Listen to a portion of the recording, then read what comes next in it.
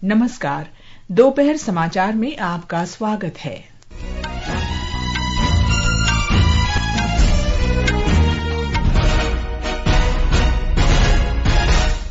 प्रधानमंत्री नरेंद्र मोदी ने कहा, बेटी बचाओ बेटी पढ़ाओ अभियान ने लड़के लड़कियों के भेदभाव को दूर करने में मदद की और लड़कियों की शिक्षा तथा सशक्तिकरण का मार्ग प्रशस्त किया। दिल्ली विधानसभा चुनाव में विभिन्न पार्टियों के वरिष्ठ नेताओं के शामिल होने से प्रचार अभियान में तेजी। महाकुंभ में राष्ट्रीय खादी प्रदर्शनी में देश की समृद्ध विरासत हजारों लोगों को आकर्षित कर रही है। तुर्की में आग की घटना में मृतकों की संख्या बढ़कर 76 हुई। क्रिकेट में भारत तथा इंग्लैंड के बीच 5 मैचों की श्रृंखला का पहला T20 अंतर्राष्ट्रीय मैच आज कोलकाता के ईडन गार्डन्स में खेला जाएगा। और बैडमिंटन में जकार्ता में आज शाम पीवी सिंधु और लक्ष्य सेन इंडोनेशिया मास्टर्स सुपर 500 में अपने सिंगल अभियान की शुरुआत करेंगे।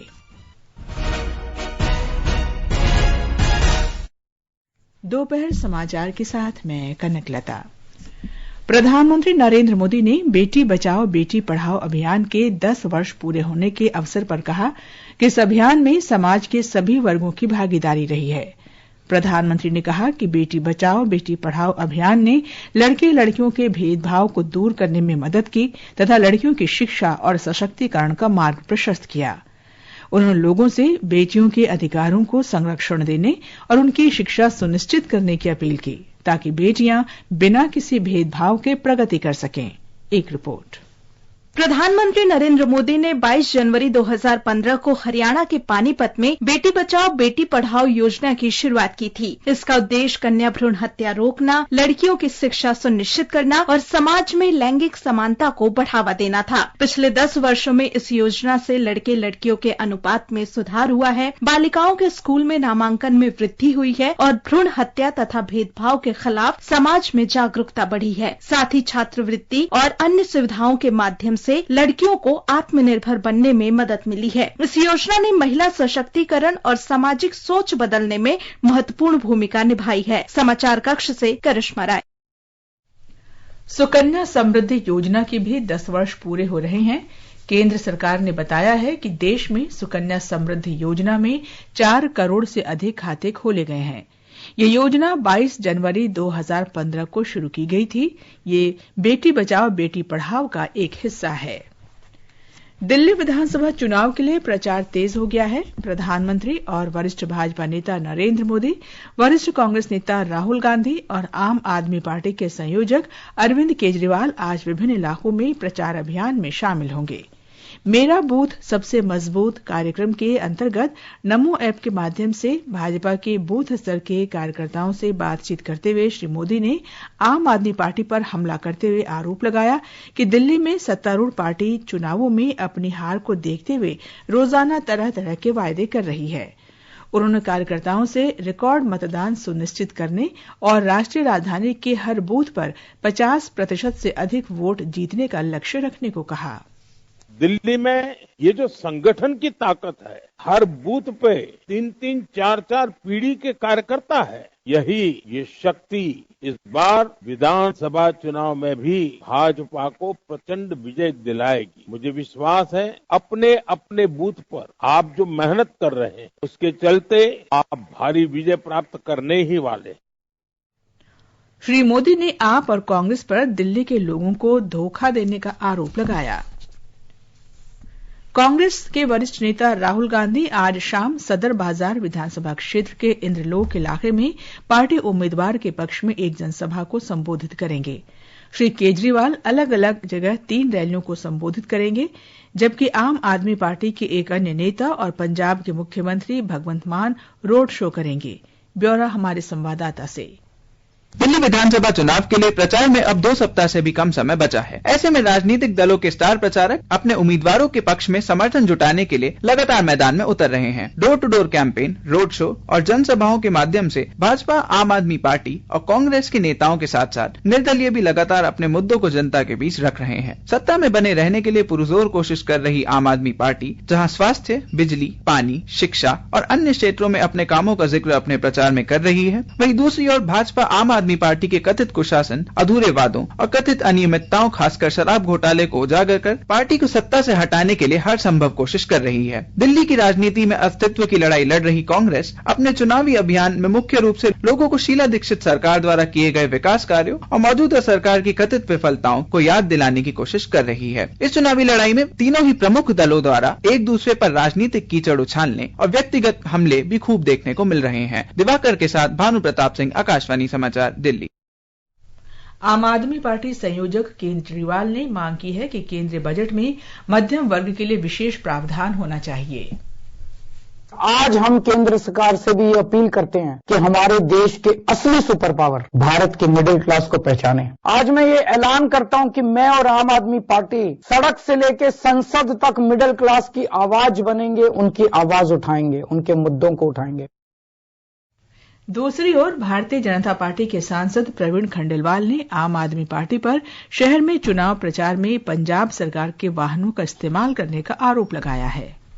पंजाब की सारी सरकारी मशीनरी का उपयोग केजरीवाल जी दिल्ली के चुनाव में कर रहे हैं, जो कि नितांत रूप से गलत है। चुनाव के जो मापदंड है वो उसके बिल्कुल उसका उल्लंघन है। उन्होंने किस प्रकार से सरकारी पैसे का और मशीनरी का दुरुपयोग दिल्ली में किया, ये सबके सामने है। कांग्रेस ने भी आम आदमी पार्टी पर अपना हमला तेज कर दिया है। पार्टी के वरिष्ठ नेता अजय माकन ने उन पर दिल्ली सरकार से संबंधित सीएजी रिपोर्ट को पेश करने में बाधा डालने का आरोप लगाया है।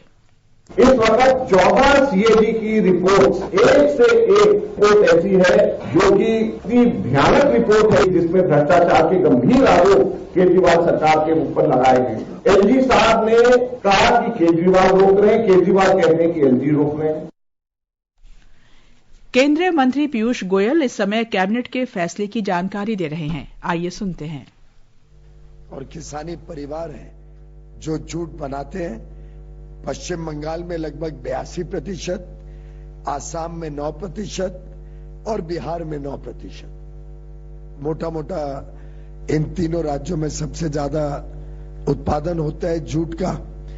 और ये जूट को जब हम पीडीएस में गेहूं या पैडी खरीदते वक्त बैग्स के रूप में जूट का इस्तेमाल करते हैं, जिसके लिए मोदी सरकार ने रिजर्वेशन रखी है, उससे इस पूरे जूट की खपत अच्छी तरीके से होती है। किसानों को कोई चिंता नहीं रहती है और जब जब जरूरत पड़ती है तो सरकार जूट की प्रोक्योरमेंट करके सुनिश्चित करती है कि किसानों को 100% मिनिमम सपोर्ट प्राइस मिले। ये समाचार हमारी वेबसाइट www.newsonair.gov.in और हमारे न्यूज ऑन एआईआर ऐप पर भी उपलब्ध हैं। दोपहर समाचार में आपका फिर स्वागत है। और अब खबर महाकुंभ से।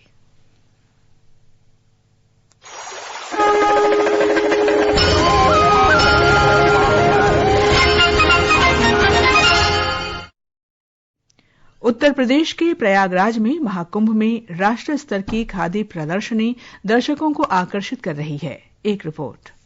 महाकुंभ 2025 में खादी इंडिया मंडप खादी पर ध्यान केंद्रित करते हुए स्थानीय शिल्प, वस्त्र और स्वदेशी उद्योगों में भारत की समृद्ध विरासत को दर्शा रहा है। मंडप परंपरा, स्थिरता और शिल्प कौशल के एकीकरण पर प्रकाश डालता है, जो एकता को बढ़ावा देने और सांस्कृतिक मूल्यों को संरक्षित करने में खादी की भूमिका के बारे में गहन जानकारी प्रदान करता है। महाकुंभ मेले की ऐतिहासिक पृष्ठभूमि में स्थापित यह स्थानीय उद्योगों और टिकाऊ प्रथाओं को बढ़ावा देने के लिए भारत की प्रतिबद्धता पर प्रकाश डालता है। इसमें कुल 152 स्टॉल लगाए गए हैं, जिनमें 98 स्टॉल खादी उत्पादों और 54 स्टॉल ग्रामोद्योग उत्पादों के हैं। इस प्रदर्शनी में भारत के 20 से ज्यादा राज्यों के उत्पाद शामिल हैं। इनमें कश्मीर से लेकर तमिलनाडु और महाराष्ट्र से लेकर नागालैंड तक के उत्पाद शामिल हैं। प्रयागराज से आनंद कुमार की रिपोर्ट के साथ अनुपम मिश्र, आकाशवाणी समाचार।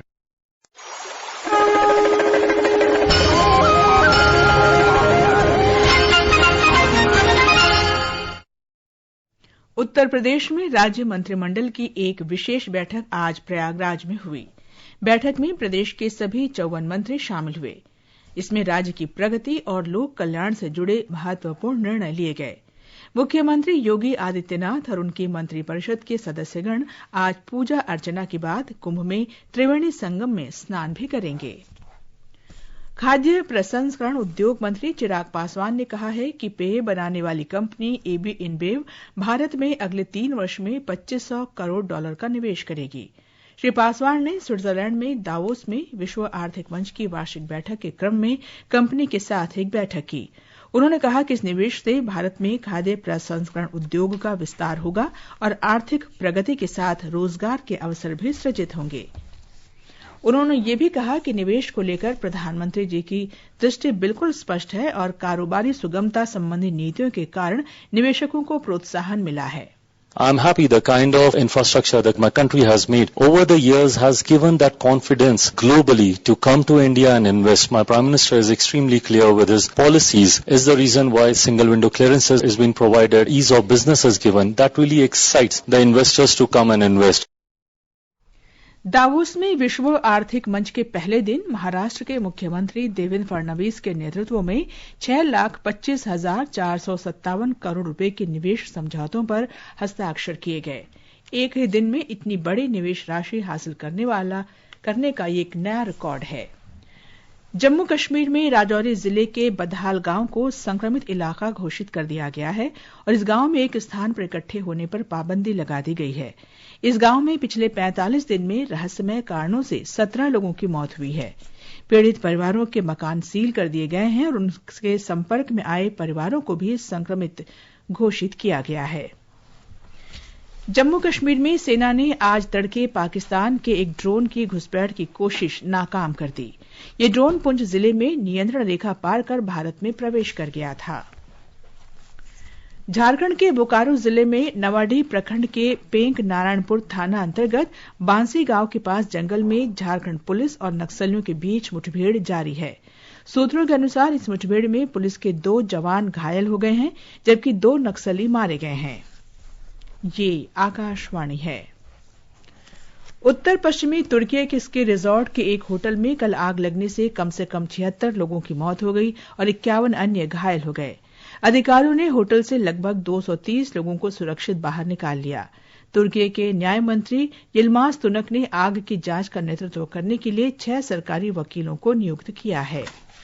और अब खेल खबरों के साथ हैं प्रशांत।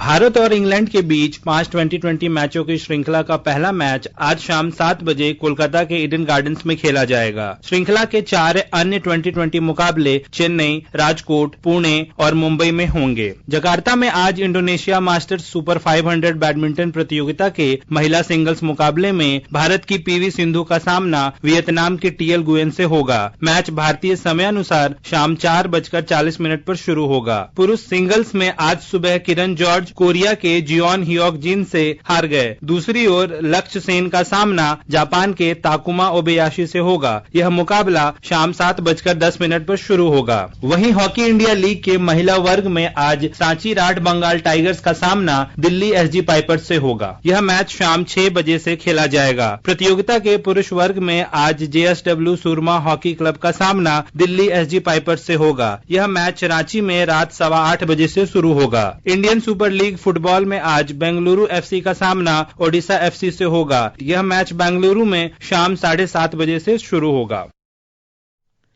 मौसम विभाग ने आज पूर्वी उत्तर प्रदेश में घने कोहरे का अनुमान लगाया है। विभाग ने कल जम्मू कश्मीर, लद्दाख, गिलगित, बाल्टिस्तान, मुजफ्फराबाद और हिमाचल प्रदेश के अलग अलग इलाकों में शीतलहर की स्थिति की भी संभावना व्यक्त की है। अंत में मुख्य समाचार एक बार फिर।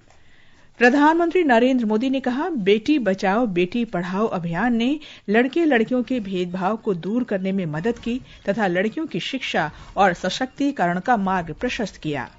केंद्रीय मंत्री पीयूष गोयल ने कहा, केंद्रीय मंत्रिमंडल की बैठक में किसानों के लिए न्यूनतम समर्थन मूल्य पर 2 महत्वपूर्ण फैसले लिए गए। दिल्ली विधानसभा चुनाव में विभिन्न पार्टियों के वरिष्ठ नेताओं के शामिल होने से प्रचार अभियान में तेजी। महाकुंभ में राष्ट्रीय खादी प्रदर्शनी में देश की समृद्ध विरासत हजारों लोगों को आकर्षित कर रही है। तुर्की में आग की घटना में मृतकों की संख्या बढ़कर 76 हुई।